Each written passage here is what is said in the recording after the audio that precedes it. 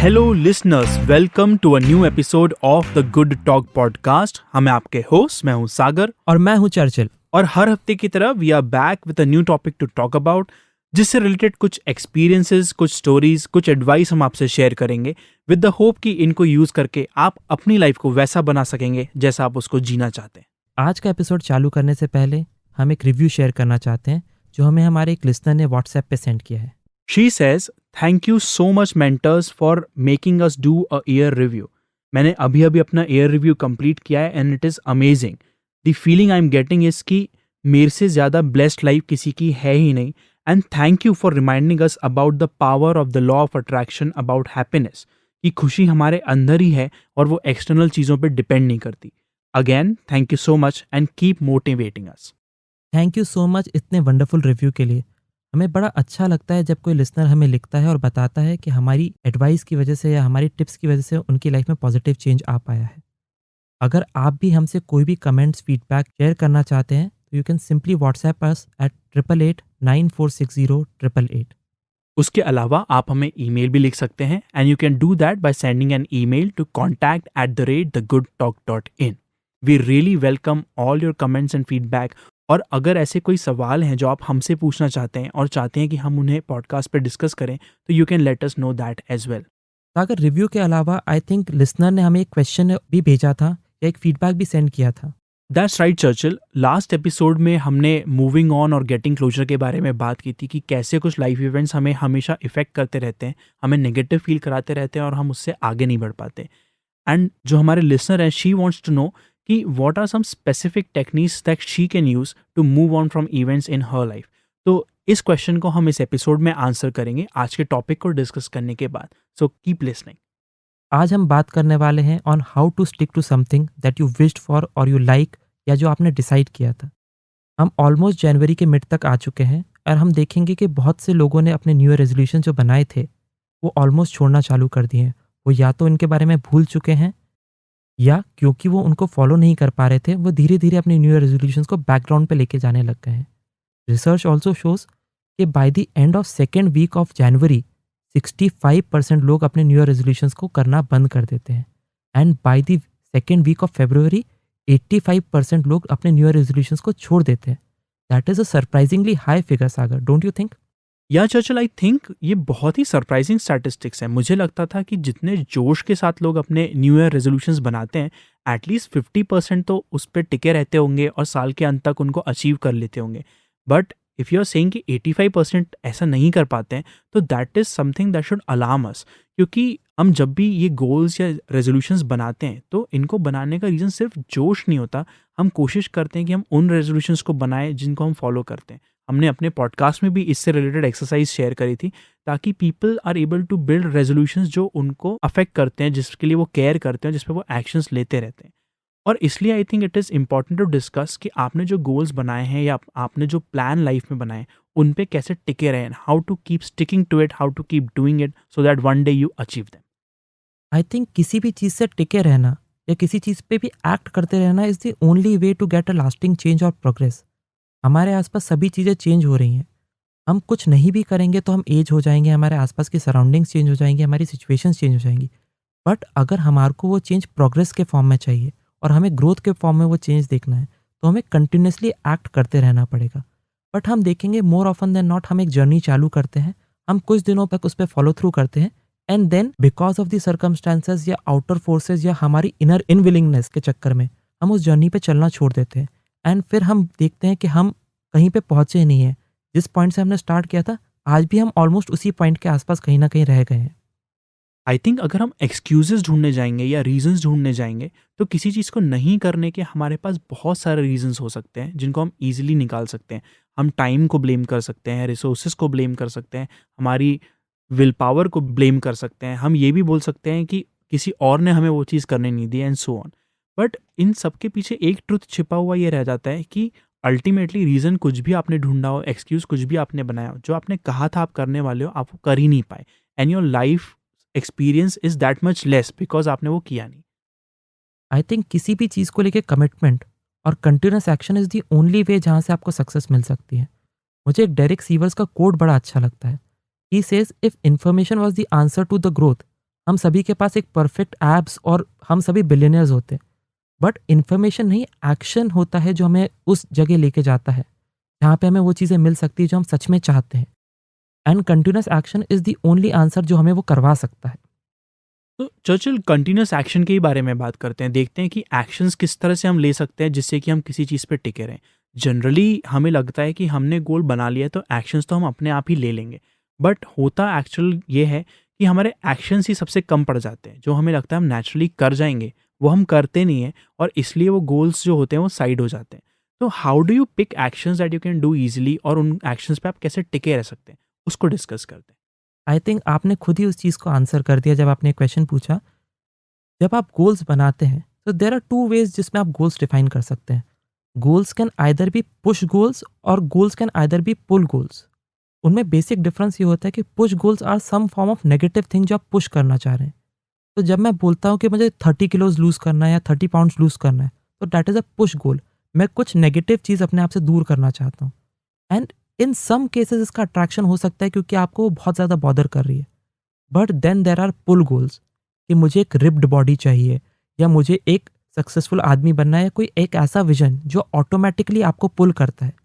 जब आप अपने गोल्स को इस अपीलिंग वे में डिज़ाइन करते हैं कि उनमें एक ऑटोमेटिक ग्रेविटेशनल पुल होता है जो आपको एक्शन लेने पे बाध्य कर देता है और आप उसकी ओर खींचे चले जाते हैं, तब आपके एक्ट करने के चांसेस बहुत बढ़ जाते हैं। That's a very good strategy, push and pull, क्योंकि मेरे को लगता है आप हर एरिया में, हर प्रोजेक्ट में कोई पुल रीज़न या पुल गोल ढूंढ सकते हैं जिसके तरफ आप काम करें। जैसे कि I have always been someone जो कुछ ना कुछ लिखता रहा है लाइफ में, but there was a time जब मेरे को लगा कि मुझे बुक लिखनी चाहिए। अब बुक लिखने के मेरे पास बहुत सारे रीज़न हो सकते हैं, पर मेरे लिए जो पुल गोल उसमें था वो ये था कि बुक पे जब मेरा नाम प्रिंट होगा तो from a writer I will become an author. And that idea कि मेरा नाम उस बुक पे रहेगा was an enough pull for me कि मैं रोज़ बैठ के उस बुक पे कुछ काम करता था, and I completed it actually. तो इट डज़ नॉट मैटर कि ये हेल्थ गोल है, स्पिरिचुअल गोल है, रिलेशनशिप गोल है, या किसी भी तरह का गोल है। इट डज़ नॉट मैटर कि आप किस तरह के प्रोजेक्ट पे काम कर रहे हैं। आपको बैठ के एक बार सोचना है कि what will pull you towards that goal rather than push you towards it. और जैसे आप ये फिगर आउट कर लेंगे तो उस चीज़ पे टिके रहना उतना आसान हो जाएगा। तो बेसिकली जो आप बोलना चाह रहे हैं वो ये है कि आपका गोल आपको एक्साइट करना चाहिए ताकि आप एक्शन ले सकें। And if the goal is exciting enough कि आप उस पे एक्ट करना चाहते हैं, तब उस पे स्टिक करना बहुत आसान हो जाता है। या दैट्स राइट। एक और चीज़ मुझे बड़ी अमेजिंग लगती है हमेशा से कि ऐसा क्यों होता है कि जो चीज़ हम करना चाहते हैं उस पे स्टिक करना हमारे लिए मुश्किल होता है, भले वो एक नया डाइट प्लान हो, नया प्रोजेक्ट हो जो हमें पसंद है या कुछ भी। पर जो चीज़ हमें उतनी पसंद नहीं होती, एक बैड जॉब, एक बैड प्रोजेक्ट, एक घटिया रूटीन, इस पे हम ऑटोमेटिकली टिके रहते हैं। एंड जितना मैंने इसके बारे में सोचा है, आई हैव रियलाइज कि जो भी चीज़ हम टिके रहते हैं उसमें कुछ ना कुछ कॉन्सिक्वेंस होता है। अगर आप अपना जॉब ढंग से नहीं करेंगे तो आपको डांट पड़ेगी। अगर आप बॉस के साथ काम नहीं चलाएंगे और अपना काम ठीक से नहीं करेंगे, या आप ऑफिस ही नहीं जाएंगे, तो आपको सैलरी नहीं मिलेगी। या अगर आप कॉलेज में हैं तो आप जाते रहते हैं क्योंकि कभी ना कभी तो आपको एग्ज़ाम दे के पास होना है, एंड सो ऑन। तो हम इन चीज़ों में जिसको हम पसंद नहीं करते उस पर टिके रहते हैं क्योंकि उनमें कॉन्सिक्वेंसेस रहते हैं उनके ना होने के। सिमिलरली पुल गोल्स हमें एक बहुत ही पॉजिटिव स्ट्रॉन्ग कॉन्सिक्वेंस देते हैं। एक कॉन्सिक्वेंस चीज़ों का ये हो सकता है कि नेगेटिव कॉन्सिक्वेंस, जिसमें आपके साथ कुछ बुरा हो जाएगा अगर आप वो नहीं करेंगे तो। पर मुझे लगता है कि if there is a positive consequence जो आप मिस आउट कर रहे हैं, जैसे कि बुक पे मेरा नाम कभी ना आ पाना, is a very scary thought for me, because किसी दिन मैं चाहता हूँ किसी बुक पे मेरा नाम हो। तो इस तरह के पॉजिटिव कॉन्सिक्वेंसेस आपको पुल करते हैं कोई भी चीज़ करने के लिए। अपार्ट फ्रॉम दैट मुझे लगता है कि बहुत ही क्लियर वाइज़ के साथ कोई जर्नी स्टार्ट करना बड़ा ज़रूरी है। जब आप क्लियर वाइज़ के साथ जर्नी स्टार्ट नहीं करते हैं, तो जब पहला डिस्ट्रैक्शन, पहला एक्सटर्नल कोई इवेंट होता है या कोई ऐसा चैलेंज आता है, जो आपके सामने आता है और आपको रोकता है उस जर्नी पे चलने के लिए, तो चांसेस कि आप भटक जाएँगे और उस जर्नी पे चलना बंद कर देंगे, बहुत ज़्यादा बढ़ जाते हैं। बट अगर आपके वाइज़ बहुत क्लियर हैं, तो अब आपके लिए वो चीज़ करना आसान हो जाती है। एंड इट इज़ ऑफनली सेड कि the wise make the house easier. तो इसका मतलब ये है कि जब आपके कारण बहुत क्लियर और बहुत प्रिसाइज़ और बहुत रियल होते हैं किसी चीज़ को करने के लिए, तो आप रास्ता ढूँढ लेते हैं उस चीज़ को करने का किसी न किसी तरीके से। और हर चीज़ में पूछना चाहिए कि वो चीज़ आपको क्यों करनी है। आइडियली आपने अपने गोल भी जब सेट किए होंगे, रेज़ोल्यूशंस भी जब सेट किए होंगे, तो आपने अपने आप से ये सवाल पूछा होगा कि ये चीज़ मुझे क्यों करनी है? बट इवन इफ आपने वो चीज़ नहीं पूछी and now you are at a point जब आप किसी चीज़ पे काम करना चाहते हैं, तो now is also a good time to ask why you want to do something. अगर आपको ये करना है, क्यों करना है? इससे आप क्या डिराइव करेंगे? इसको करने का आपका की रीज़न क्या है? What's the key feeling that you are trying to create? और जैसे-जैसे आप आगे बढ़ेंगे, जैसे-जैसे उस गोल की तरफ आप जाते जाएँगे, आपको हर स्टेज पे भी क्यों पूछना चाहिए, बिकॉज़ ओवर टाइम हो सकता है आपने स्टार्ट किसी और रीज़न से किया हो and by the time you are in the middle of the year या मिडल ऑफ दैट प्रोजेक्ट, तो आपका उसका व्हाय बदल जाए। तो अगर आप कॉन्स्टेंटली अपने व्हाय पूछते रहेंगे और उन व्हायज़ को याद रखेंगे, तो उन चीज़ों को करना आपके लिए आसान हो जाएगा। अगर ये आपने बहुत अच्छा पॉइंट रेज़ किया कि अपने वॉइस को बार-बार पूछते रहना बड़ा ज़रूरी है। क्योंकि आप ऑफ़न नोटिस करेंगे कि जब आप जर्नी स्टार्ट करते हैं, तो आपकी कोई जर्नी स्टार्ट करने के कारण बहुत अलग होते हैं। बट जब आप उस जर्नी में कुछ आगे निकल जाते हैं, तो वो कारण बदल जाते हैं। और अब वो सेम कारण आपको मोटिवेट नहीं करेंगे उस जर्नी पे स्टिक करने के। तो जब आप अपने वॉइस रीडिफाइन करते हैं और वापस अपने आप से सवाल पूछते हैं, मैं ये जो चीज़ कर रहा हूँ, मैं क्यों करना चाहता हूँ? और इससे मेरा क्या फ़ायदा हो रहा है और इससे मेरी लाइफ़ कैसे बेटर बन रही है? और किस तरीके से मैं इस जर्नी को फॉलो करने से एक बेटर इंसान बन रहा हूँ। ये सभी चीज़ों का आंसर आपको रीज़न्स देता है कि अब आपको इस जर्नी पे क्यों स्टिक करना है। And with all those reasons you are able to find ways जिससे आप उस जर्नी पे एक्चुअली स्टिक कर पाएँगे। और सिंपलेस्ट तरीका ये करने का तो यही कि आपके पास रीजंस की लिस्ट हमेशा बनी रहती है और उसमें आप अपने नए वाइज ऐड करते जाते हैं।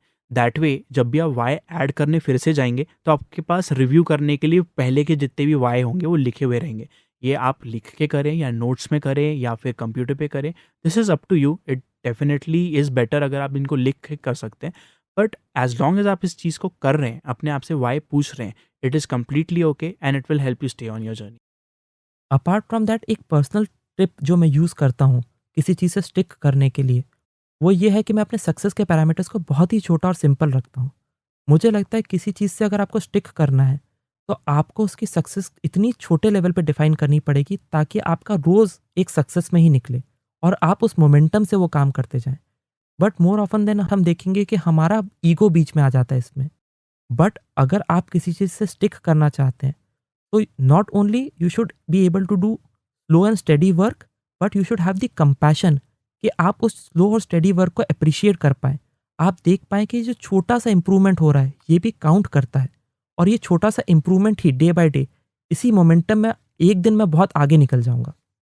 आई थिंक हम अक्सर अपने गोल की ना बिग पिक्चर या एपिक प्लान में फंस जाते हैं। हम देखते हैं कि अगर हमें कोई चीज़ करनी है वो इतनी बड़ी है, तो ये छोटी छोटी सक्सेसेस काउंट करने से क्या होगा। पर अगर आपको एवरेस्ट भी बनाना है, तो एवरेस्ट की हाइट की बिल्डिंग बनाने के लिए भी आपको एक एक ईंट ही एक के ऊपर एक रखनी पड़ेगी। अगर आप हर ईंट पे अपने आप से सवाल पूछेंगे पर ये एवरेस्ट तक कैसे पहुंचेगा या ये तो एवरेस्ट तक बन ही नहीं पाएगा चाहे कुछ हो जाए, तो इट इज़ वेरी लाइकली कि शायद 15 ईंटें लगाने के बाद आप वो प्रोजेक्ट छोड़ देंगे। सो आपके सक्सेस की डेफिनेशन कुछ इस तरह की होनी चाहिए जो आपके हाथ में है, यानी कि it is not affected by two many external factors at the same time, क्योंकि हर जर्नी में हर गोल में बहुत सारी ऐसी चीज़ें होंगी जो आपके कंट्रोल के बाहर है। इसलिए सक्सेस की डेफिनेशन आपको हेल्प करती है ये देखने में कि आपका जो रोल था उस जर्नी में वो आपने हर दिन पूरी तरह से पूरी बेस्ट दे के ठीक से किया है या नहीं। और उसके पैरामीटर्स अगर आप सेट करके पहले से चलोगे तो आपकी जर्नी उतनी ईजी हो जाएगी। मुझे याद है जब मैंने रीडिंग स्टार्ट करी थी, तो मैंने अपने लिए उस पूरी जर्नी के गोल्स इतने छोटे रखे थे कि जिस पे फेल होना पॉसिबल ही नहीं था। तो जब मैंने बेसिक लेवल पे रीडिंग स्टार्ट करी थी, तो मेरा गोल था मैं सिर्फ 2 पेजेज़ पढ़ूँगा। फ्रॉम एनी पॉइंट 2 पेजेज़ पढ़ना आसान ही होता है और उस पे फेल करना पॉसिबल ही नहीं है। और आपको पता है कि अगर आपने 2 पेजेज़ नहीं पढ़े, तो it is not because of the external factors, it is आपका आलस या आपकी गलती की वजह से आपने नहीं पढ़े। पर 2 पेज पढ़ते-पढ़ते मैंने उन पेजेस को 5 किया, फिर वहाँ से 10 पे लेके गया, फिर 25 पे लेके गया and now it so happens कि मैं कई बार डेढ़-डेढ़ घंटे तक कंटीन्यूअस रीडिंग कर पाता हूँ। And when I look 2 years back मुझे लगता ही नहीं कि ये वो इंसान था जो बुक पढ़ ही नहीं सकता था। तो यही पावर होती है स्लो और स्टेडी चेंज की, कि आप स्टार्ट तो बहुत स्लोली करते हैं बट आप विन्स जोड़ते जाते हैं। आप अपनी सक्सेस बहुत छोटे से डिफाइन करते हैं, बट जब वो सक्सेस एक के बाद एक जुड़ती जाती है, आपके अंदर एक कॉन्फिडेंस आता है आगे बढ़ने का। और जैसा कि आपने बात की थी कि जब आप हिमालय के साइज़ की बिल्डिंग भी बनाने जाएँगे तो वो एक-एक ब्रिक से ही बनती है। तो आपको अपना आउटलुक चेंज करना पड़ेगा यहाँ पे। You have to look at the gains rather than the gap. जब आप एवरेस्ट बना रहे हैं तो आप ये नहीं देख सकते कि अभी तो 15 ईंटें ही लगी हैं, इसके आगे कितनी सारी ईंटें और लगने बाकी हैं। आपको देखना पड़ेगा कि हमने गेन कितना किया है। तो आप हर दिन ये नोटिस करेंगे कि हमने 0 पॉइंट से स्टार्ट किया था, now at least we are at 2, अब हम 5 पे हैं, अब हम 10 पे पहुँच गए हैं। रैदर देन सीइंग कि हमारा जो एक्सटर्नल गोल है या जो हमारा बड़ा ग्रैंड विजन है, वो कितनी दूर है। क्योंकि जैसे ही आप ग्रैंड विजन की ओर देखने लगते हैं, आपको दिखता है कि इसके बीच में और हमारे करंट स्टेट में इतना बड़ा डिफरेंस है कि वहाँ तो हम पहुँच ही नहीं पाएँगे। और वो चीज़ आपको किसी भी एक्शंस को लेने से रोकती है। Churchill, I think I have been lucky enough कि मैंने आपकी बहुत सारी इम्प्रूवमेंट की जर्नीज़ बिल्कुल फ़र्स्ट हैंड अपने सामने देखी है, because we work together and we are such good friends. और मुझे याद है कि जब आपने 2 पेजेज़ का गोल रखा था, तो अक्सर 2 पेज पढ़ने के बाद आपको बुरा और फ़ील होता था कि हैं 2 पेज पढ़ना तो कोई पढ़ना हुआ ही नहीं। एंड उसको फ़ाइट करके आपने अपने आप को समझाया था कि it's okay that you are reading just 2 pages now, क्योंकि एवरी डे वो 2 पेजेज़, 10 पेजेज़, 25 पेजेज़ ऐड होके एक पूरी बुक बनते हैं। And that is the insight here कि अगर आप किसी भी गोल को लेके चलें, आपकी सक्सेस की डेफिनेशन ऐसी होनी चाहिए which will hurt your ego अगर आप उसको नहीं करते हैं। भले ही उसके बाद, उसको करने के बाद आपका इनर क्रिटिक बोलेगा कि ये रियल नहीं था, पर अगर वो नहीं आप करते हैं तो आपका ईगो उसमें हर्ट होना चाहिए। मुझे इसमें एक चीज़ याद है कि 2 पेज वाज़ द मिनिमम जो मुझे करना था। अब 2 page is the base parameter जिस पे आप सक्सेस डिफाइन करते हैं। उसके बाद आप 10 पेजेज़ पढ़ लेते हैं, 15 पेजेज़ पढ़ लेते हैं, इज़ अ बोनस। बट आपका सक्सेस का पैरामीटर हमेशा इतना छोटा होना चाहिए कि आपका कोई डे फेल में नहीं जा पाए। ऑल्सो मैंने नोटिस किया, अगर कोई चीज़ रेगुलरली की जाती है तो हैबिट बहुत जल्दी बन जाती है। And once it is a habit, उस पे स्टिक करने के लिए कोई एक्सटर्नल एफर्ट्स या विल पावर की ज़रूरत नहीं पड़ती है। तो दैट वाज़ द रीज़न कि मैंने अपने सक्सेस के गोल्स कोई भी नई जर्नी में इतने छोटे ही रखना डिसाइड किया था। और एक रीज़न ये भी है कि लाइफ बिज़ी है। हम सबके पास बहुत सारे काम हैं, हम सबके पास बहुत सारे गोल्स हैं। तो ऐसे एक दिन ज़रूर होते हैं जहाँ पे किसी गोल की तरफ एक मेजर स्टेप लेना पॉसिबल नहीं है। और उन दिनों में इस तरह का छोटा स्टेप आपको काम आता है, बिकॉज़ आपकी सक्सेस की डेफिनेशन छोटी है, तो वो करके एटलीस्ट आप उस दिन टिक ऑफ कर सकते हैं। एंड फिर जब आपके पास अगेन टाइम होगा, लाइफ थोड़ी कम बिज़ी होगी, तो आप अपना नॉर्मल रूटीन वापस से पिक कर पाएँगे। तो सक्सेस की डेफिनेशन छोटी रखने का एक ये रीज़न भी लगता है मुझे। डेफ़िनिटली बिल्कुल सही कहा सागर आपने। इसके अलावा बहुत सी चीज़ों में आप एक्शन लेने से पहले कैसा लग रहा था और एक्शन लेने के बाद कैसा लगता है, वाली चीज़ों को नोटिस करके भी अपने आप को पुश कर सकते हैं, अपनी जर्नी पे चलते रहने के लिए। ये चीज़ मैंने पर्टिकुलरली जिम जाने को लेके की थी कि एवरी मॉर्निंग जब मैं उठता था, तो जिम जाने से पहले आपको हमेशा ऐसा ही लगता है कि अरे यार नहीं जाना, आज छोड़ देते हैं। एक दिन नहीं जाएँगे तो क्या होगा?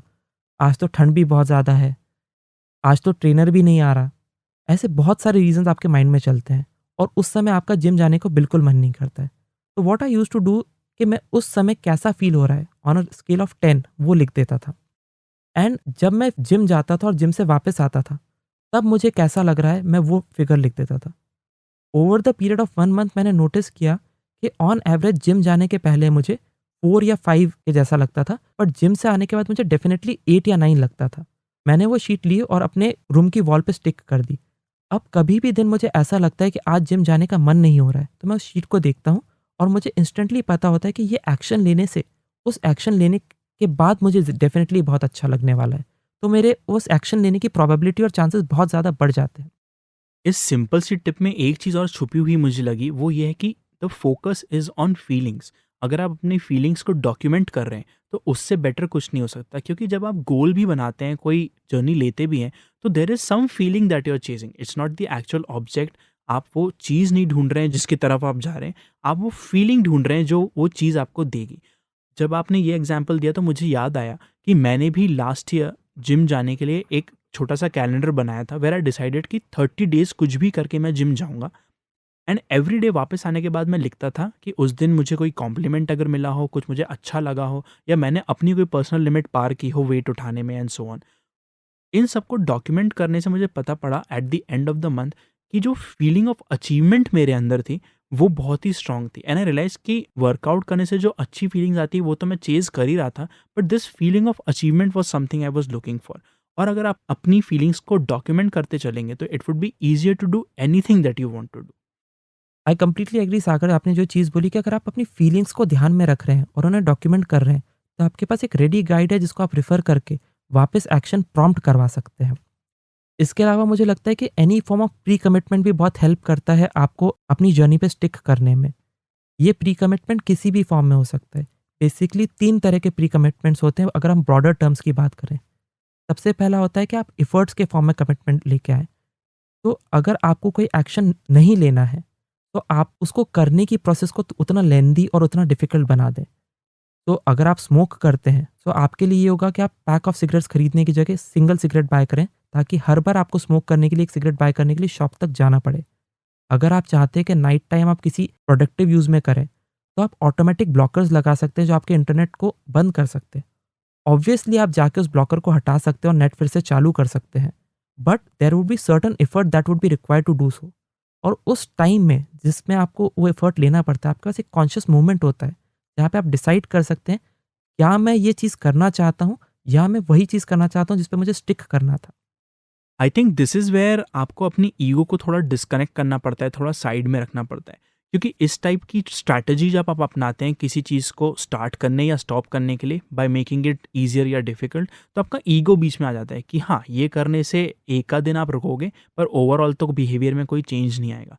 But you have to disconnect your ego and explain to yourself कि you are not trying to change behaviour overnight. ऐसा नहीं कि आप आज कुछ करते थे और कल से आप वो नहीं करेंगे, ऐसा बिल्कुल कभी नहीं होने वाला है। It has to be a slow process जिसमें आप धीरे धीरे कोई बुरी आदत छोड़ते हैं या धीरे धीरे कोई अच्छी आदत पिक करते हैं। और वो करने के लिए जब आप जर्नी ले रहे हैं, तो डिसीजन का वो जो मोमेंट है जिसके बारे में आपने बात करी चर्चिल, डिसीजन का वो मोमेंट जितना बड़ा हो सकता है आपके लिए, उतना आपके लिए उस तरफ जाना या नहीं जाना ईजी हो जाता है, क्योंकि आप चूज़ कर पाते हो। और जैसे ही आपके पास ये पावर ऑफ चॉइस आ जाती है, तो आप चूज़ कर सकते हो कि जिस जर्नी पे आप हो उस पे कब तक स्टिक रहना है और कैसे स्टिक रहना है। एंड हम वही तो चाह रहे हैं, एक कॉन्शियस मोमेंट जहाँ पे हमें एक मौका मिले कि हम उस गलत चीज़ को ना करते वो सही चीज़ को कर लें जो हम करना चाहते हैं। और मुझे लगता है कि अगर आप दिन में 10 सिगरेट पीते हैं, पर इस नए रूटीन के कारण आप 8 पे भी आ गए, तो then that is an achievement. इस तरह हम जर्नी स्टार्ट करके हम नेक्स्ट कोई तरीका यूज़ करके हम उस जगह पहुँच सकते हैं जहाँ हम एक्चुअली पहुँचना चाहते हैं। इसके अलावा मुझे लगता है एक और चीज़ जो होती है वो है प्राइस कमिटमेंट, जो कि आपने भी किया था। तो जब आपने ये 1 मंथ चैलेंज लिया था जहाँ पे आपने डिसाइड किया था कि आप महीने के हर दिन जिम जाएँगे, आपने एक डिसीज़न ये भी लिया था कि जिस दिन मैं जिम नहीं गया, उस दिन आप मुझे ₹5000 देंगे। I would like you to explain कि आपने ऐसा क्यों किया था और उसके पीछे लॉजिक क्या था और आपके लिए कितना अच्छा वर्क किया? श्योर चर्चिल, मुझे लगता है कि कोई भी कमिटमेंट जब आप करते हैं, कोई भी गोल जब आप बनाते हैं, तो उसकी कोई वैल्यू होनी चाहिए। You have to give it value and respect and love to be able to achieve it. अगर आप किसी चीज़ की वैल्यू नहीं करेंगे, अगर आप उसकी तरफ एक्ट नहीं करेंगे प्रॉपरली, तो वो चीज़ नहीं होगी, वो तो डेफिनेटली है। But it also changes the kind of person you are, क्योंकि आप एक ऐसे पर्सन बन जाते हो जो बहुत कुछ कहता है पर करता उसमें से कुछ भी नहीं है। And that is not the way to lead a successful happy life. जब मैंने ये चैलेंज अपने लिए पिकअप किया था कि मैं जिम रोज़ जाऊँगा इस महीने के लिए, तो आई रियलाइज़्ड कि मैं पहले भी ये चीज़ करता ही था कि मैं ऑलमोस्ट एवरीडे जिम जा रहा हूँ। I was not pushing my self as much, पर मैं किसी तरह से जिम पहुँच जाता था जब तक कि मेरे लिए पॉसिबल हो। द रीज़न कि मैंने उसमें एक फाइनेंशियल चीज़ भी ऐड करी, उसका ये था कि I really wanted to not just go to the gym but really push myself in the gym. और मैं चाहता था कि मैं वर्कआउट करते समय अपनी लिमिट्स पार करूँ थोड़ी। वो मैं तभी कर पा रहा था जब मेरे को पता था कि उसको नहीं करने का कॉस्ट क्या है। वो इतना हाई था मेरे लिए, 5000 per day is a lot of money even if you can afford it. वो कॉस्ट मेरे लिए इतना हाई था कि automatically I was pushed to go into the gym every day. और उसमें एक डिस्टिंक्शन भी है, इट वाज़ नॉट बिकॉज़ कि मैं 5000 पर डे लगेंगे मैं जिम जा रहा था। मैं वर्कआउट करने तो जा ही रहा था, पर जिस दिन जाना डिफ़िकल्ट था, जिस दिन मुझे लगता था कि यार आज मन नहीं हो रहा, या आज पेन बहुत ज़्यादा है, या आज क्यों जाऊँ, आज तो वीकेंड है। उस दिन वो ₹5000 का कमिटमेंट बहुत काम आता था, बिकॉज़ उस दिन आपको एक पुश की ज़रूरत पड़ती है जो आपको डरा दे कि इसका बहुत बड़ा नेगेटिव कॉन्सिक्वेंस होगा। तो बेसिकली जब आपके व्हायस बहुत क्लियर हैं, तो ये जो प्राइस कमिटमेंट है, ये आपको पुश करता है उस पॉइंट पे जहाँ पे आप गिव अप करने वाले थे। तो ये आपका प्राइमरी फोर्स का फैक्टर नहीं हो सकता है, राइट, प्राइमरी मोटिवेशन फैक्टर नहीं हो सकता। राइट। बट ऐसे पॉइंट जहाँ पे सच में आपका विल पावर और आपका मोटिवेशन बहुत लो हो जाता है, वहाँ पे ये प्राइस कमिटमेंट बड़ा हेल्प करता है आपको उस जर्नी पे कैरी ऑन करने के लिए। Very right. और ऑल द लिसनर जो सुन रहे हैं, उस 1 महीने में जहाँ मैं 1.5 लाख कमा सकता था, मुझे एक भी रुपया नहीं मिला था और सागर 30 के 30 डेज़ जिम गए थे। तो I was happy on one part and equally sad कि मुझे एक भी रुपया नहीं मिला। बिसाइड्स दिस एक और तरीका जो प्री कमिटमेंट में यूज़ होता है वो है आइडेंटिटी चेंज करने का। The identity change can be in 2 forms. आप रियल आइडेंटिटी भी अपना सकते हैं या आप एक प्रॉक्सी आइडेंटिटी भी ले सकते हैं। पहले हम रियल आइडेंटिटी कैसे शेप की जा सकती है और वो आपको कैसे हेल्प करेगी, पे बात करते हैं एंड देन विल मूव के अगर रियल आइडेंटिटी चेंज लाना आपके लिए बहुत डिफिकल्ट हो रहा है, तो how can you use a proxy identity to stick to the work that you would really want to do? We all have an idea कि हम कैसे हैं, what kind of person we are. हम अपने आप को पर्टिकुलर वर्ड्स यूज़ करके define करते हैं, introvert, extrovert, happy, unhappy, optimistic, not optimistic, pessimistic and so on. और ये सारे वर्ड्स जो होते हैं वो डिफाइन करते हैं कि हम एज अ पर्सन कैसे हैं। एंड इन टर्न इससे हमें पता चलता है कि हम किस तरह से एक्ट करते हैं लाइफ में। आप जब भी कोई चीज़ अचीव करना चाहते हैं, जब भी किसी चीज़ से स्टिक करना चाहते हैं, कोई नया काम करना चाहते हैं, तो आप वो यूजुअली इसलिए नहीं कर पाते क्योंकि आपकी आइडेंटिटी उससे मैच नहीं करती। फॉर एग्जाम्पल लेट्स से कि आप ऐसे पर्सन जो कभी भी स्टेज पे गया नहीं है और उसको स्टेज पे जाने से बहुत डर लगता है। अगर मैं आपको एक चैलेंज दूं कि कल से आपको रोज स्टेज पे बोलना है, तो आप कुछ भी कोशिश कर लें, आप स्टेज पे कंफर्टेबल हो नहीं पाएंगे। उसका रीज़न सिर्फ ये है कि आपकी बेसिक आइडेंटिटी ये है that you are not someone who goes on stage regularly. तो इसी तरह से नो मैटर कि आपने कौन सा गोल बनाया है, नो मैटर कि आपको लगता है कि वो गोल कितना ईजी है, अगर आपकी आइडेंटिटी इज़ इन क्वेश्चन तो वेरी मच चांसेस आर कि आप वो चीज़ कर नहीं पाएंगे उतने प्रॉपर तरीके से। इसको समझने का बहुत ही सिंपल तरीका ये है कि अगर आप एक बहुत ही धार्मिक किस्म के जैन इंसान हैं, आपको नॉनवेज खाने के कितने भी बेनिफिट्स बता दिए जाएँ, आप नॉनवेज नहीं खा सकते क्योंकि आपकी आइडेंटिटी एक जैन इंसान की है और आपने बचपन से वही सुना है कि नॉनवेज खाना बुरा है और इसलिए आप उस पे शिफ्ट नहीं कर सकते। सिमिलरली एक बहुत ही कॉमन जोक फ्लोट होता है कि अगर कोई वीगन आपके रेस्टोरेंट में आएगा तो आपको कैसे पता चलेगा? तो उसका आंसर ये रहता है कि आपको पता करने की ज़रूरत नहीं है। अगर कोई इंसान वीगन होगा, तो उसकी आइडेंटिटी वीगन होने की इतनी स्ट्रॉन्ग है कि वो ऑटोमैटिकली खुद आपको बता देगा। तो आइडेंटिटी का पावर ये होता है कि आइडेंटिटी किसी भी फॉर्म के बिहेवियर को सस्टेन करने में बहुत हेल्प करती है।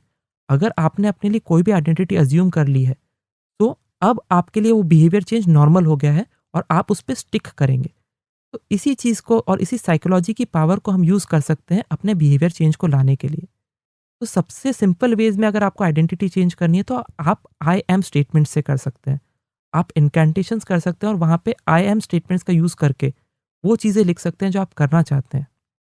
और ये कुछ भी हो सकता है, दिस कैन बी एनीथिंग। अगर आप एक बेटर सिंगर बनना चाहते हैं तो आप लिख सकते हैं I am a great singer या आई एम अ सिंगर। अगर आप पेंटर बनना चाहते हैं तो आप लिख सकते हैं I am a great painter. अगर आप एक हेल्दी पर्सन बनना चाहते हैं, if you want to become someone जो रेगुलरली वर्कआउट करता है, तो आप लिख सकते हैं कि I am a healthy person living in a healthy body. ये कुछ भी हो सकता है, डज नॉट मैटर कि ये गोल क्या है, एज लॉन्ग एज आप रोज़ इस इनकैंटेशन को रिविजिट करते हैं ताकि आपको बार बार पता चलता रहे कि what's the new identity that you are trying to build. इसके अलावा आप अपनी नई आइडेंटिटी जो आप अज़्यूम करना चाह रहे हैं, उसके बारे में जितना ज़्यादा लोगों से बात करेंगे, उनसे शेयर करेंगे आप जो करना चाह रहे हैं, आपकी आइडेंटिटी उतनी ज़्यादा सीमेंट होती जाएगी और वो बिहेवियर चेंज आपके लिए लाना उतना आसान हो जाएगा। Apart from that a very important question जो आइडेंटिटी सीमेंट करने में हेल्प करता है is what can the person you want to be do? मतलब आप जो पर्सन बनना चाह रहे हैं, वो क्या-क्या कर सकता है और वो किस चीज़ के लिए कैपेबल होगा? जब आप इस क्वेश्चन को आंसर करना चाहते हैं, तो आपको वो सभी बिहेवियर पैटर्न्स दिखते हैं, जो वो ये नया पर्सन जो आप बनना चाह रहे हैं कर सकता है। और जब आपको वो सारे आंसर्स मिलते हैं, तब उन आंसर्स को यूज़ करके आप अपनी नई आइडेंटिटी बना सकते हैं। और चर्चिल, आई थिंक इस क्वेश्चन के आंसर में एक बात जो आपको बार बार सामने आएगी वो ये होगी कि इस टाइप का पर्सन क्या नहीं करता है। तो जब आप दूसरों से बात कर रहे हैं अपनी नई आइडेंटिटी के बारे में, अपने नए गोल्स के बारे में, तो मेक श्योर कि आप ये बात नहीं कर रहे हैं कि आप उसमें कितने बुरे हैं या वो आपसे क्यों नहीं होगा या आप किस तरह के पर्सन हैं जो इस तरह का काम कर ही नहीं सकता and you are just trying. क्योंकि इससे आप सिर्फ अपनी पुरानी आइडेंटिटी को ज़्यादा री कर रहे हैं। तो अ पर्सन जो वो करना चाहता है या वो कर रहा है जो आप करना चाहते हैं, वो इस तरह से कभी बात नहीं करेगा जो उसको डीमोटिवेट करे। So when you are talking to yourself और you are talking about your new goals with your friends, your colleagues, your family, तो आप एक ऐसे पर्सन की तरह बात करेंगे जो उसको अचीव करने पे भरोसा रखता है। And there would still be times जब आपके लिए नई आइडेंटिटी डिफाइन करना बड़ा डिफिकल्ट होगा, क्योंकि आपके लिए हमेशा वो एक एस्पिरेशन रहा है। आप डिफाइन ही नहीं कर पाएँगे कि मैं जो पर्सन बनना चाह रहा हूँ, वो क्या-क्या कर सकता है। उस केस में एक प्रॉक्सी आइडेंटिटी का यूज़ बड़ा हेल्प करता है। तो आप हर उस एरिया के लिए एक प्रॉक्सी आइडेंटिटी बनाइए जहाँ पे आप कुछ अचीव करना चाहते हैं। तो अगर आप फिटनेस की बात करें, तो आइडेंटिफाई अ पर्सन जो कि बहुत ही हेल्दी लाइफ़स्टाइल लेता है, जो बहुत ही एंथुसियास्टिकली जिम में वर्कआउट करता है, जो बहुत रेगुलर है। Find that person and assume the identity of that person. तो जब आप सुबह उठते हैं, तो आप ये नहीं बोलेंगे कि मैं आज जिम जा रहा हूँ। आप आइडेंटिफाई करेंगे कि ओके, आज जिम में एक्स वाई जेड जा रहा है, जो कि बहुत एंथुसियास्टिक है, बहुत अच्छे से वर्कआउट करता है, बहुत ही हेल्दी लाइफस्टाइल लेता है और बहुत रेगुलर है। And you try to assume that identity and you act according to it. मतलब आप उस आइडेंटिटी में आ जाते हैं और अब आप वही सब चीज़ें करेंगे जो वो पर्सन करता है। तो आप जिम में उसी पैशन से जाएँगे, भले ही कितना भी फेक लगे, और आप उसी तरीके से वज़न उठाना चालू करेंगे जिस तरीके से वो पर्सन उठाता है। और जब आप थक जाएँगे तब आप सोचेंगे, ओके, अगर मेरी जगह ये पर्सन होता तो इस पॉइंट पे जब मैं एग्ज़ॉस्ट हो गया हूँ, क्या वो एक और सेट लगाता? और उसका आंसर आपको ऑलरेडी पता है कि वो एक और सेट लगाता। और क्योंकि वो एक और सेट लगाता और अभी आपने एक प्रॉक्सी आइडेंटिटी अज़्यूम कर रखी है, आप वो एक और सेट लगा लेंगे। That's a really great way to pick up an identity, क्योंकि खुद को बेटर वर्जन में इमेजिन कर पाना थोड़ा सा मुश्किल होता है। हम अक्सर जानते हैं कि हमारा रियल नेचर क्या है, और इसलिए जब भी हम अपने गोल्स के लिए अपनी आइडेंटिटी चेंज करने की कोशिश करते हैं, विजुलाइज करने की कोशिश करते हैं कि हमारा आइडियल वर्जन कैसा लगेगा, तो वो कभी कभी वो एक्सरसाइज फेल हो जाती है। एटलीस्ट मेरे लिए तो वो चीज़ कभी काम ही नहीं की। बट ये मेरे को बड़ा अच्छा लगा कि आप किसी और पर्सन जो ऑलरेडी वो कर रहा है या ऑलरेडी उस तरह से बिहेव कर रहा है जैसा आप करना चाहते हैं, आप अज्यूम कर सकते हैं कि you are playing that role and just do whatever you are doing as a actor would do that role, और उससे आप वो कर पाएंगे जो आप एक्चुअली करना चाहते हैं। और हमें कई बार ऐसा लग सकता है कि ये एक बहुत ही फेक तरीका है और ये तो सिर्फ बोलने या सुनने में बहुत अच्छा लगता है। बट आप सरप्राइज़ हो जाएँगे ये जान के कि आपके ब्रेन की ड्रामा की चाहत कितनी ज़्यादा होती है।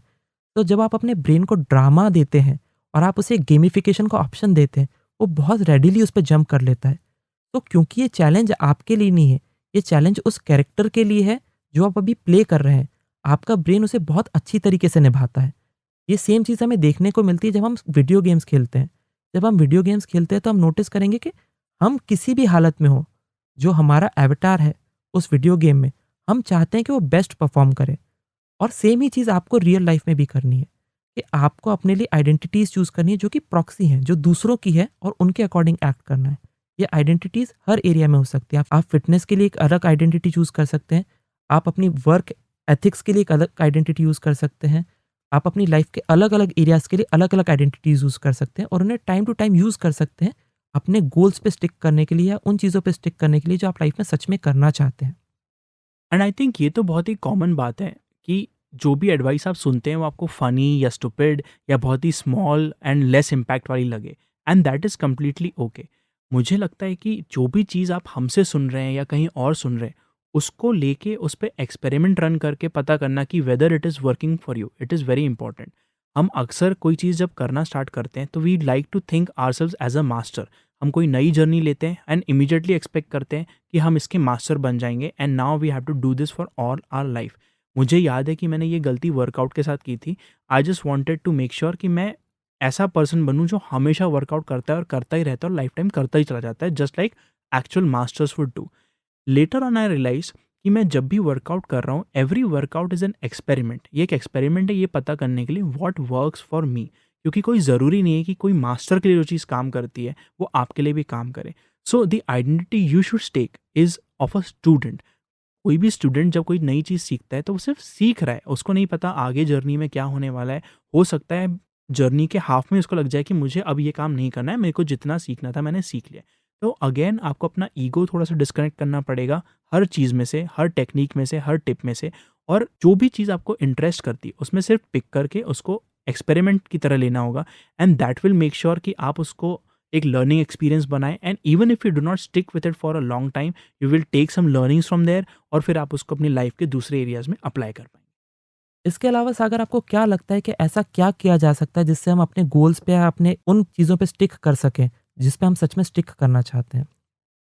तो चल, आई थिंक अभी तक हमने जो भी बात करी, a lot of those changes are internal. जब हम इनकैंटेशंस कर रहे हैं या अपनी आइडेंटिटी चेंज करने की कोशिश कर रहे हैं या प्रॉक्सी आइडेंटिटीज पिकअप कर रहे हैं, तो ये सब चीज़ हम अपने माइंड के अंदर, अपने हार्ट के अंदर, सोल के अंदर करते हैं।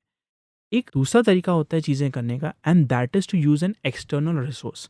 कई बार हमारी जर्नी में अगर हमारे साथ में कोई होता है तो वो काम करना ईजी हो जाता है। Just as a simple example, ये पॉडकास्ट हम इसलिए कर पाते हैं क्योंकि हर हफ्ते we have each other to help and each other to advise और each other to push to do this podcast well every week. तो ये एक तरीका होता है कि आप दूसरे का मोमेंटम यूज़ कर पाते हैं। तो अगर आपको किसी चीज़ से स्टिक करने में डिफ़िकल्टी हो रही है, तो ये ज़रूरी नहीं है कि आप सिर्फ़ अपने इंटरनल पावर को यूज़ करके उस चीज़ पे टिके रहें। आप बहुत सी बार मेंटर्स का, कोचेज़ का और ट्रेनर्स का यूज़ करके भी उस चीज़ पे स्टिक कर सकते हैं। ज़रूरी नहीं है कि हर बार व्हील रीइन्वेंट ही किया जाए। कई बार दूसरे लोगों को हमसे कई ज़्यादा चीज़ें पता होती है। उन्हें पता होता है कि किसी चीज़ पे स्टिक करने के लिए क्या ज़रूरी है और कैसे आप उस जर्नी पे स्टिक कर सकते हैं।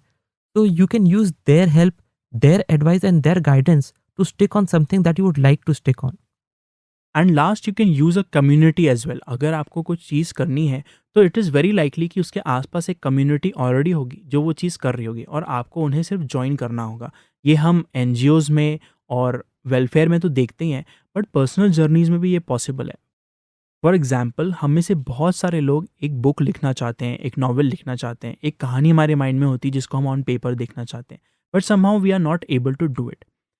अगर हम ये सच में करना चाहते हैं तो हम एक कम्युनिटी ज्वाइन कर सकते हैं, जैसे कि NaNoWriMo which is national novel writing month, जिसमें पूरी दुनिया भर के लोग they come together on a single site और वो मिल के अपना अपना नॉवल बैठ के लिखते हैं, एक दूसरे को सपोर्ट करते हैं, रोज़ वर्ड काउंट मेंटेन करते हैं और काइंड ऑफ एक कंपटीशन बनता है कि कौन अपने अपने नॉवेल्स कंप्लीट कर पाता है।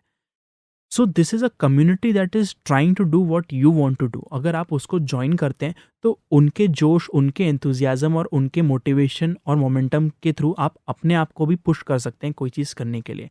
तो this is another way of doing something that you want to stick to. और आप नोटिस करेंगे कि जब आप किसी कम्युनिटी में कोई चीज़ करते हैं, तो आपका परफॉर्मेंस बहुत बेटर होता है एज़ कम्पेयर टू जब आप इंडिविजुअली कोई चीज़ कर रहे हैं। ग्रुप में एक अलग ही पावर और एनर्जी होती है, जो आपको मोटिवेट करती है और जो आपको कॉन्स्टेंटली हसल करने में हेल्प करती है। तो rather than fighting this battle alone, आप कम्युनिटी की हेल्प भी ले सकते हैं, अपने गोल्स पे या अपने विज़न पे स्टिक करने के लिए। तो टू समराइज़, आप बहुत सी चीज़ें कर सकते हैं जिससे आप अपने गोल्स और विजन्स पे स्टिक कर पाएँ। जैसे कि आप गोल्स को इस तरह से डिफाइन करें कि वो आपको एक्साइट करें। आप अपने व्हाइज़ को बहुत ही क्लियरली और इन डिटेल लिखें। आप अपने सक्सेस को बहुत ईज़ी बनाएँ ताकि उनको मेज़र करना बहुत आसान हो और आप उस मोमेंटम को यूज़ करके आगे बढ़ सकें। आप ये एक्सरसाइज़ भी यूज़ कर सकते हैं जहाँ पे आप फीलिंग्स को एज़ अ गाइड देखें कि आपको कोई चीज़ करने के बाद कैसा लगता है और उसको यूज़ करके आगे बढ़ सकते हैं। अपार्ट फ्रॉम दैट, आप प्री कमिटमेंट भी यूज़ कर सकते हैं। Pre commitment could be in form of efforts, prize या आइडेंटिटी चेंज। अगर ये सब भी आपके लिए बहुत डिफ़िकल्ट है, तो आप हमेशा दूसरों की मदद ले सकते हैं अपने गोल्स पे स्टिक करने के लिए। आप कम्युनिटीज़ जॉइन कर सकते हैं या मेंटर्स की मदद ले सकते हैं, ताकि वो आपको हेल्प कर सकें उन चीज़ों पे स्टिक करने के लिए जिन पे आप सच में करना चाहते हैं। वी होप कि जो भी एडवाइस, टिप्स और टेक्निक्स हमने आपसे शेयर करी अभी अभी, वो आपको हेल्प करेगी आपके गोल्स की तरफ बढ़ते रहने में, रोज़ उनकी तरफ कुछ एक्शन लेने में, and at the end of the year you will have something to celebrate. And now हम अपने लिसनर के क्वेश्चन पे जाते हैं, where she wanted to know कि कैसे she can get closure and how she can move on in life. इसको answer करने के लिए हम बहुत ही प्रैक्टिकल टिप्स और तरीके बताएँगे, जिनको आप यूज़ कर सकते हैं एग्ज़ैक्टली उसी फॉर्म में किसी भी चीज़ से लाइफ़ में क्लोज़र लेने के लिए। जो पहली चीज़ आपको करनी चाहिए वो है to feel the feelings fully. हम अक्सर किसी चीज़ में जब क्लोजर नहीं पा पाते हैं तो हम उससे दूर भागते हैं, क्योंकि हमें वो नेगेटिव फील कराता है, हमें अच्छा नहीं लगता उस बारे में सोच के, और हम कोशिश करते हैं कि उसको जितना कम याद किया जाए उतना हमारे लिए अच्छा है। And that is true. पर कभी कभी अगर हम किसी चीज़ को बहुत टाइम तक इग्नोर करते रहेंगे तो वो हमारे अंदर उतना बड़ा वॉल्केनो बन जाता है और हमें और बुरा लगता जाता है, and there will come a point जब ये सब कुछ बाहर आएगा। उस चीज़ से बचने का सिंपल सा तरीका ये है कि you do a very simple meditation. आप शांति से बैठना है, अपनी ब्रीदिंग कंट्रोल करनी है, and then you have to think about the negative event. आपको ये नहीं सोचना कि कोई चीज़ क्यों हुई या उसमें क्या गलत हुआ, ये ऐसा नहीं होना चाहिए था। आपको सिर्फ ये सोचना है कि उस बारे में आपको कैसा लगता है, and you have to let yourself feel all the feelings. भले आपको उसमें बुरा लगा हो, आपको हर्ट हुआ हो, आपको फ्यूचर के लिए डर लग रहा हो, उस इवेंट से कनेक्टेड जो भी फीलिंग आपके अंदर है उसको आपको एक बार में बैठ के पूरा फ़ील करना है। उससे ये होगा कि नाउ यू नो कि अगर आपको इसको कभी पूरा फ़ेस करना पड़े या पूरा फ़ील करना पड़े तो आपको कैसा लगता है, एंड यू विल रियलाइज़ कि every day is not as bad जितना कि वो फ़ीलिंग आपको बुरा फ़ील करा रही है। कई बार चीज़ों का सॉल्यूशन बहुत काउंटर इंट्यूटिव होता है। हमें लगता है कि अगर कोई चीज़ नेगेटिव है तो हमें उससे दूर भग जाना चाहिए। पर हम नोटिस करेंगे जब हम किसी चीज़ को फुली तरीके से एम्ब्रेस करते हैं, तो हमें रियलाइज़ होता है कि जितना भी बुरा था हमने उसका सबसे वर्स्ट पार्ट देख लिया है और इस पार्ट से आगे हम इस चीज़ के साथ रहना नहीं चाहते हैं। तो doing this meditation helps you move on और आप अपनी लाइफ में अब वो चीज़ें पिक करते हैं जो आप एक्चुअली करना चाहते हैं। और ये मेडिटेशन आपको एक ट्रैप से बचाता है कि why haven't I moved on yet.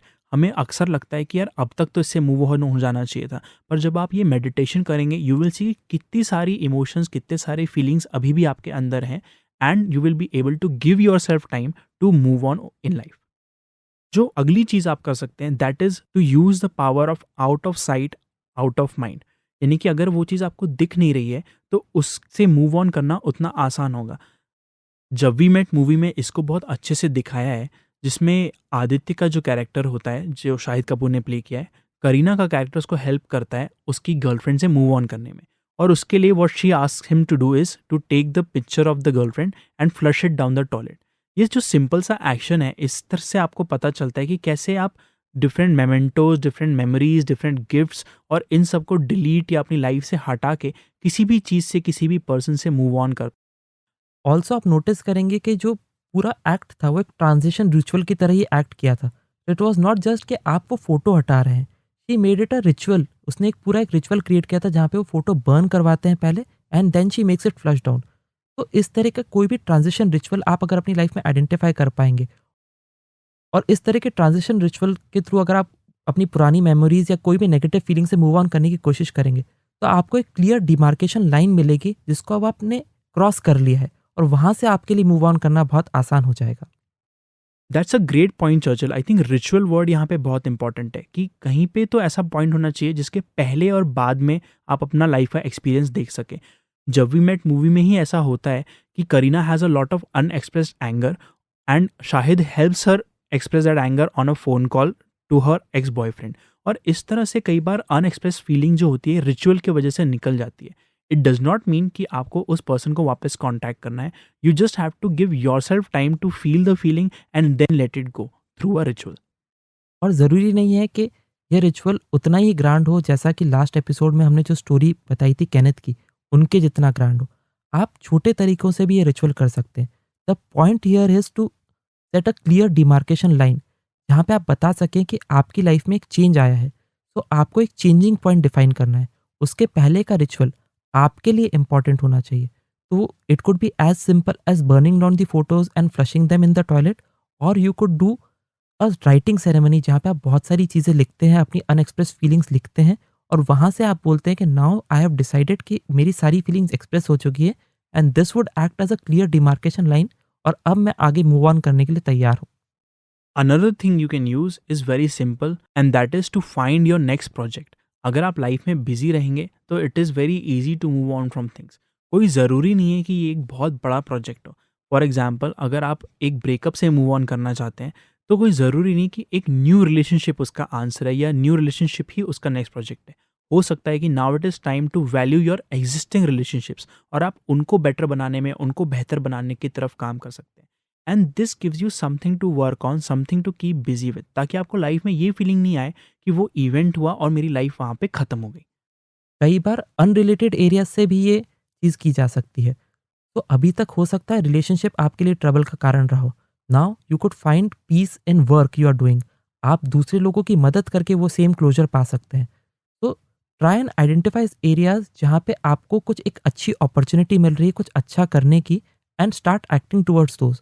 और जब आप किसी पॉजिटिव चीज़ की तरफ बढ़ेंगे, यू वुड नोटिस कि आपको जो नेगेटिव चीज़ें खींच रही थी, अब उनसे मूव ऑन करना बहुत आसान हो गया है, क्योंकि definitely negative has a lot of pulling power, पर पॉजिटिव की पावर हमेशा उससे ज़्यादा होती है।